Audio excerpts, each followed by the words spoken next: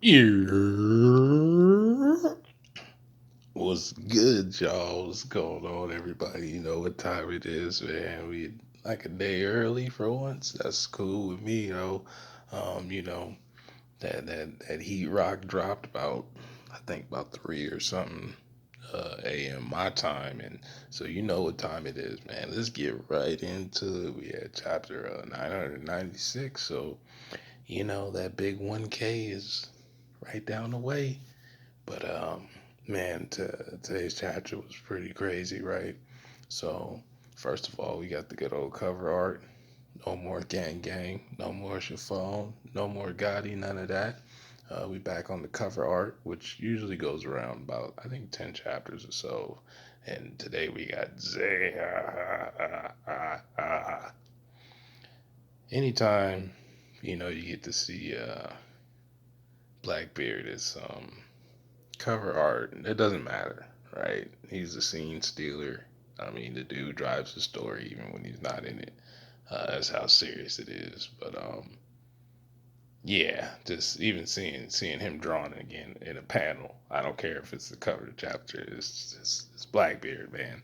Anyway, so we're gonna pick up basically where we left off at the end of the previous chapter. And what's interesting is I've been saying it. I know I'm not the only one, right? This is the offspring of Kaido, right? Um, and even a gripe I had about the handcuff situation was there's no way Yamada's proficiency is not in durability or armor hockey, however you want to, obviously a combination of the two, natural durability as well as armor hockey, because you don't take beatings, right, growing up from one clap Kaido and you're soft.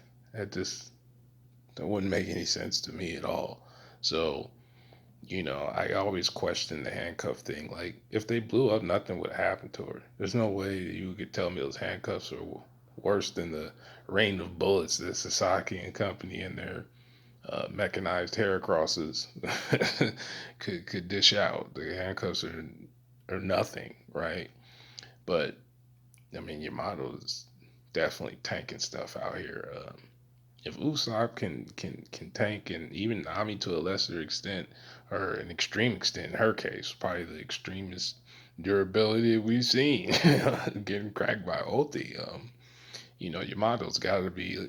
I've always thought Yamato's somewhere between king and queen, but above the flying six. Somewhere in that strength at the bare minimum, because of genetics and you know it's hard to have a strong will about something, even though part of it is of Odin's will. That part doesn't matter. It's hard to be that strong in something and be a weak physically, given what series this is, right? Where the only people, unless you're a like a skilled tradesman or of the government or something, in this series, if you have that much will, like Yamato does, you're just usually not a weak character, right? Like Zeph was weak compared to time skip now and everything physically speaking, but during that time, Zeph has a strong character. He was a strong character. This has been time and time again within the series, right? But you have power creep. So in this case, though, Yamato is exactly what I've expected. I'm not disappointed in the slightest. And something about the paneling in their engagement with Sasaki. I don't know if that's just a design thing. Like, what do you call the finish of a sword? What is it called? The hamon.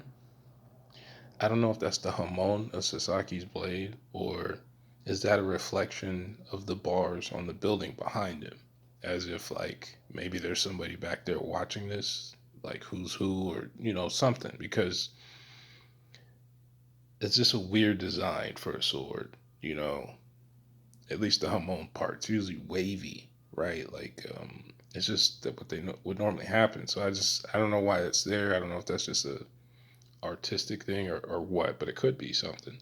Um, and even Hacha, I can't read kanji, so either the kanji on his back where he swipes at Frankie but misses, and he puts the hole in the ground that they end up going through.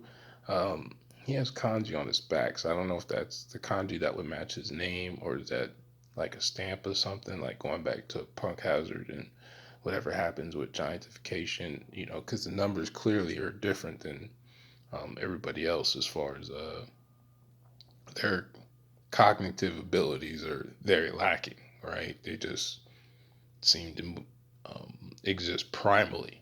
So I don't know if that's has something to do with maybe what race they actually are. Or once again, is this a Dr. Vegapunk thing? Because even last chapter, when Queen brings up, Judge Vinsmoke, we know that the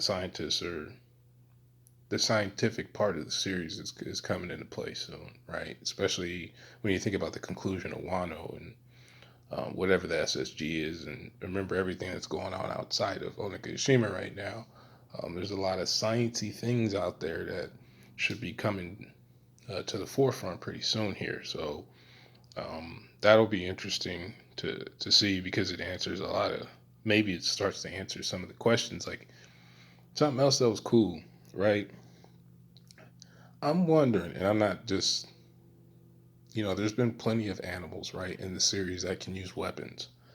And maybe it might be a cool little shout out to Mihawk that it's possible that the the baboons on his island, maybe they came from Wano, one of them or something. Because I know that Wano's not about Mihawk, but it's still bothering me that the world's greatest swordsman gets no mention in the country, the land of the sword. Makes no sense to me. Maybe it's coming. Maybe it's something we get in the epilogue. Maybe this isn't the time. I don't know, but it's still it's still stinging a bit. But then again, maybe when Hitetsu might be the one to elaborate on something, right?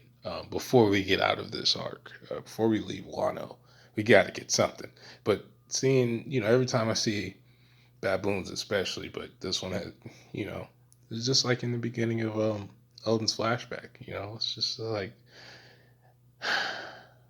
I'm getting hyped for Mihawk. Sorry, but anyway, yeah, that was just something that I noticed in the little panel after Tama had basically explained what happened.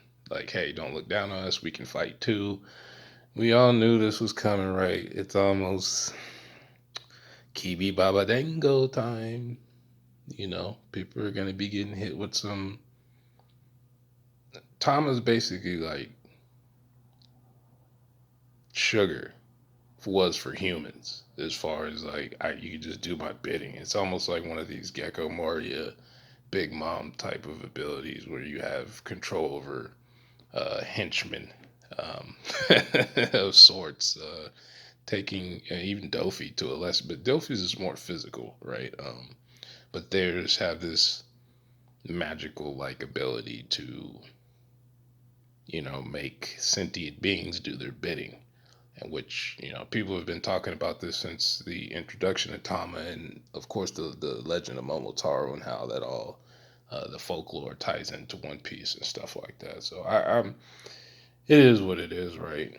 I mean, um, the youth of the future. So even though this is Luffy's journey and all this other stuff, all these characters who are younger than Luffy, especially when you take into account the possibility of his short lifespan in the grander scheme of things. Not necessarily the storyline, but the grander scheme. You know, it's possible that at the end of the series, Luffy might, like when we're talking about stuff, Luffy might not even be alive. That's just something that you have to mentally prepare for. I don't think it's going to happen, but you never know. Um, Little things have been whatever, whatever, but that's too dark to talk about right now because that's not really what I'm on. But yeah, just I know I'm everywhere, but man, this chapter was so exciting because of the past that it opened up. I know I said it a lot, but that's been happening quite a bit over the past 10 chapters or so, where we get one or two really interesting pages that do more world building, um, even within the action, right? Like, because I'm going to bring up a conversation that we finally get that when I started reading the story in real life, um, they were still in Dressrosa. That just goes to show you how long ago that was. And there's people who's been reading the story, probably like literally grew up reading the story just like I did. Um, the lack of interaction between Law and Robin um, is hurtful to the story. I know why it's not done, right? For the same reasons, you know, um, we didn't get a lot of information from Rayleigh because it just spoils the story. But it is odd to me that Robin and Law are like two of the most informed people out there. That's not like a Yonko or runs their own organization. Just I understand Law's been a warlord and this, that, and the third, but we didn't hear about Law before we met Law.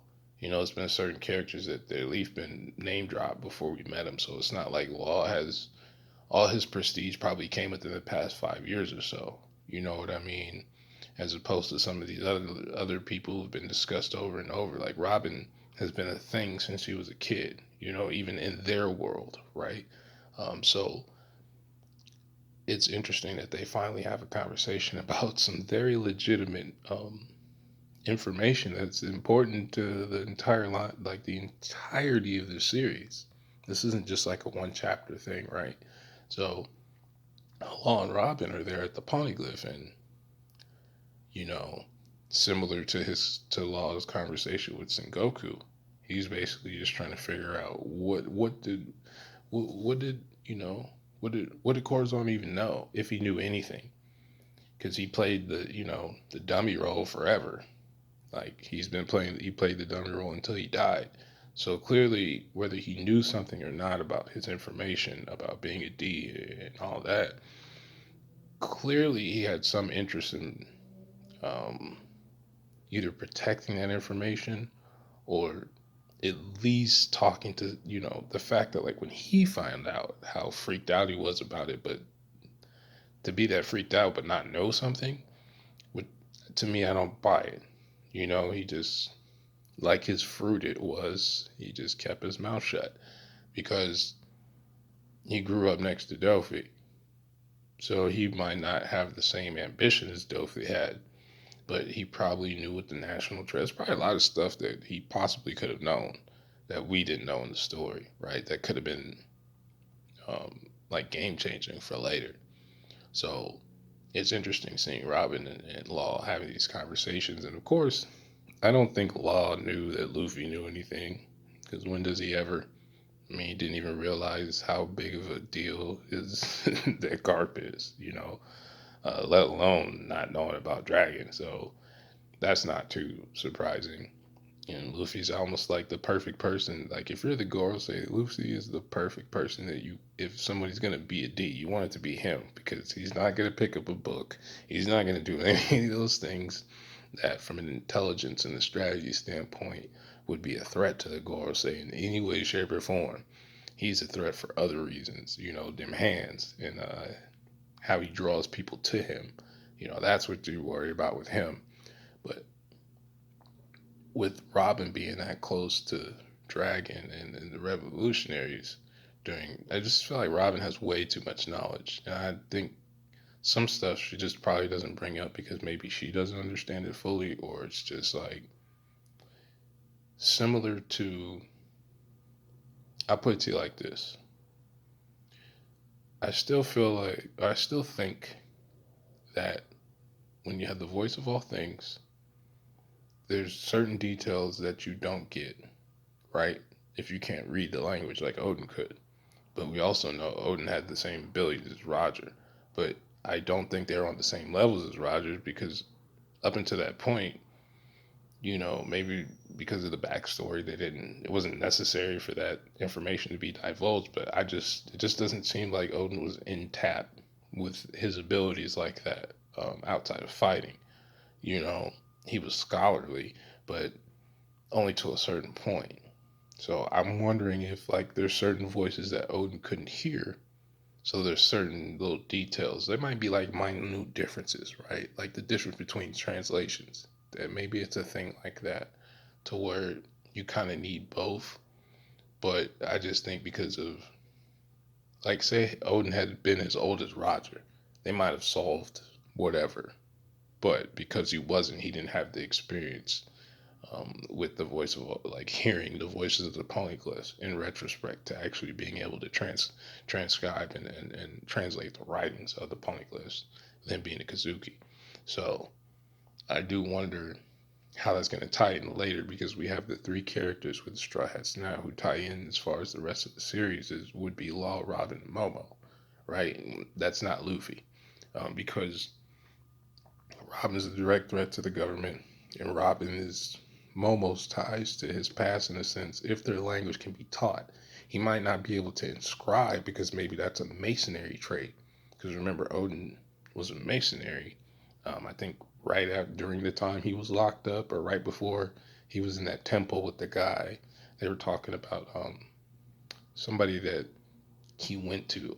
In my mind, I thought it was Katsuzo, the guy who died in the beginning of Odin's flashback, the one he was eating over his bones. I thought he was the one from the temple that maybe um, taught Odin a few things that led him to wanting to travel, basically. Like, he always wanted to leave the country, but having actually specific reasons having to do with the poneglyphs and stuff like that, because he was instantly intrigued by Roger. So I just feel like he had to have heard something besides a random newspaper, right? And stuff like that. Because of his interactions with Whitebeard. I don't know, and that's a whole nother thing, but it's a big deal to me. So this small conversation is very important, as far as the landscape, for later on. And I do think it'll lead somewhere, because some people probably think maybe Law tries to kidnap Robin, which would make sense, but I don't think Law is a master strategist so far, right? The only person he's been fooled by was Dofi, but that was because he didn't understand how much power that Dofi really had, to be able to go that high, up and changing, getting newspapers changed, which you know, that's in direct control by the Gorosei / Big News Morgans, depending on how he's feeling that day. So I just think Law underestimated how much power Jofi has as far as that part, but everything else, he seems to be right in step. And, you know, for him to spend all this time just to do one thing wouldn't make any sense, because if he knows everything about Robin, right, because there's no telling what information he's come across, right, during his time as a warlord. They had to offer Law something, because they know the government knows that he had the OPOP. It's not like that was a secret to them. They know exactly what happened. They put two and two together. Like, if Sengoku was able to do that, then of course they knew, and they still let him work for the government too. So they had to give something up, and it was probably information. You know, I just don't know how much, because with Law's conversation with Sengoku, clearly there's some things he still doesn't know and he's still searching for. So that's a good thing, because that I still don't. I'm not sure what he feels about being Pirate King and all that, but clearly he has goals that are just as important as what the One Piece is to Luffy. And whether those two goals cross paths in adversity or not, I have no idea. But I'd be all for it either way. That's neither here nor there. Now we're almost to the main event. We're gonna take a little side break with Big Mama, who has everybody sweating. Zoro, that's my man, 320 million grand. But nobody on this island, like I've said before plenty of times, nobody on this island that's not Kaido wants to smoke with Big Mom, because there's nobody on this island, unless somebody from the outside is already in Wano that we don't know about. And really, even then, it better be like Dragon or Garp or Kainu. I just there's just no way, because there's nobody. If I put it to you like this, if Kaido can one clap Odin, and if you brought Odin back then into this time period now, outside of Big Mom and Kaido, he's the strongest person on the island. Point blank, period. There's nobody, not King, not Queen, not Zoro, not Luffy, not Kid, not there's nobody there that's clapping Oden. It's just not happening. So to me, that just whatever Big Mom is getting ready to go do, we're either gonna see a betrayal or a complete utter destruction because the despair of what the alliance is going through hasn't really shown its face yet. Yeah, Yasue died. Kanjuro was a traitor. Orochi, whatever. But the despair of Kaido hasn't really fully set into everyone yet. There's a chance we just straight up lose. It's really possible because even with the numbers that you do have, half of them are fighting fodder and scrubs. We all knew the Scabbards were going to get clapped. That's one clap Kaido. Okay, there's none of this. They did a good job. They did exactly what I expected of them. I'm not saying like, oh, they're trash or none of that, because it's Kaido we're talking about here. You know what I mean? Like, nobody else would have done as well either. If you don't have like some of the top tens, it's just not happening. And if Big Mom can casually, from what we understand, the way that that chapter made it look when Kaido and Big Mom were fighting all night, nobody had scratches or scars or bruises or nothing. Either one of them. So, when you see Kaido and he's not in dragon form, he means business. He straight up means business. And because of whatever he thinks of humanity, right? The whatever you want to call it, that is humanity. Like the statement he told them about death being perfection. That might be one of those slight statements about what he really has going on, whether he's fully human or not. Clearly, it's a part of his psyche, right? Either that, or he's just the greatest actor in the entire series, and that's probably one of the reasons why even Big Mom's like, "Yo, I'll fight Kaido. I'll tell Kaido I kill him, but I still don't think nobody's killing Kaido, man." So to see the Scabbards laid across the ground, bloodied and bruised, and they got theirs in, and now it's time to lay down. And unless the Senzu beam pops up, it's nighty night, man. Because one clap Kaido does what he does. It's one, and then that's it. That's it. He doesn't need to. he's just a walking clap factory, man. No chlamydia. So Luffy and the gang are almost there. We're gonna see what happens, but it's gonna have to be like a 10-on-2 or something, because it's got to be lottie dottie everybody, all hands on deck, because it's getting ready to get rough. And we even seen Kid, they had him literally taking out trash on some Sanford and Son type stuff, talking about scrap metal and going down to the recycling center and take these cans in, whatever Kid was on. But yeah, it's getting to the thick of it.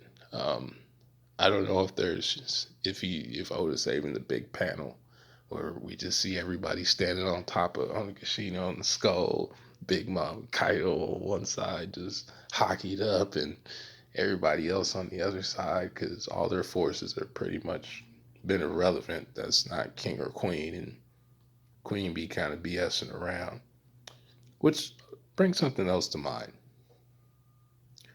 What does Queen have against Apu? Does Queen understand, like, or maybe it's just that we don't trust traitors. We'll employ you, but we'll never trust you, right? Because whatever happened, because we still don't understand how Kaido just happened to land where, Apu, Kid, and Hawkins were. We still, and then Hawkins and Who's Who are the only two people left from the people who have been missing, to see what they're up to. Now that we got Law and Robin, we just need Hawkins and I just said the name, but it just slips my mind. Oh, and Hiyori too. The enemy ship thing. I don't know what enemy's Tama means. Now that I'm thinking about things, I know I'm kind of all over the place, but the last part, the cliffhanger for the chapters, to me it was obvious, but we might be getting our ankles, given the good old James Harden treatment from Oda, because it's just the setup that's Black Maria. From the fact that there's music, right, and I think every arc, there's been a female who sung, and you know, Sanji wasn't attracted to Big Mom, obviously, but when you think about Viola, it's like another moment with Sanji, the whole, simp smoke Sanji doing what he does best, doing that simp smoke stuff, because all of them all of them is like that, right? That's what they do. They simp smoke. So um, if it's not Black Maria, hey, ankle's broken. I don't know who's gonna be there because it's not fire with Sanji. It's electricity, which is an interesting difference to me. Because usually his fire, right? That's the anger part. So electricity is, I guess, an amorous deal. He's starting to. I wonder if he just absolves the other Vince Smoke children, the male children's, some of their traits. Maybe that's what part of this genetic altercation with him that quote unquote failed with him using a raid suit. Now I wonder if it has it might be a gag thing, but I'm just going deeper into it than that. That with Sanji, that from Diablo Jambe, if this electricity thing, because I don't think that's the first time it's been used, but I'm pretty sure it was a gag. But given how he's the black sheep, black absorbs all color, so maybe he has traits from you know Yonji or Niji or Ichiji. Maybe there is some traits that from using the race suit time after time something happens. I don't know. Yeah, I just thought it was odd. But let me know what y'all think. I know this is a long one, but there's a lot of stuff to talk about. This chapter had pretty much it was one of the shorter ones, but it just unpacked a lot. It packed a lot of punch. Especially with the world building. Just seeing a poneglyph, that just every time I see one, I get the same little chills I got when I first started reading the story. Because I was like, what is that? Wow, Poneglyph, okay, okay. And, trying to sit there and figure out why they exist. Even to this day, we still don't know, other than the story that they're telling. We still don't know why they exist. We still don't know why they're indestructible. We don't know if that's, we just don't know. But next chapter, I don't know what I think is going to happen. Because I don't think they'll get there yet. From the way the pacing seems like 999, right, is probably where Luffy and Sanji and Jinbei at least reach the top of the. Unless they run into Big Mom before then, maybe they clash with Big Mom. Because Big Mom still got some hash to settle out with Jinbei. And maybe we hear a little bit more details on how everything actually went, because we still don't know. I mean, we have some ideas based on information given in 3 or 4 chapters about what's happened since they left Whole Cake Island, but maybe we get a little bit more dialogue, and it would make sense for those three, right? Because they're the ones involved with Whole Cake, and it would make sense for those three to maybe they have to clash with Big Mom simultaneously, because that's what it's going to take, right? We know Jinbei has at least enough raw strength to make Big Mom move a little bit. Luffy don't, but Jinbei does, and because Snake Man won't do. It doesn't have the raw strength. That's not what it's for, And I think what he learned fighting with Katakuri, basically, I think if he does use Snake Man, it's really just more so to set up something, right? Because that Rio King Kong gun, I'm still calling it now. Um, his version of Roku Ogan, it's coming. So we gonna see, man. Um, it's good talking to y'all again, and y'all stay safe out there. Let me know what you thought with the chapter. What do you think is gonna happen next? What are we getting in 997? I think 1997 was, huh? No. I wonder if 97 is when he really started thinking about One Piece because of that time period. Like Pokemon was still new. Dragon Ball was like the main thing out. Tupac was only dead for like a year. Huh. Yeah. Oh well. Anyway, good talking to y'all. I'm rambling. Peace.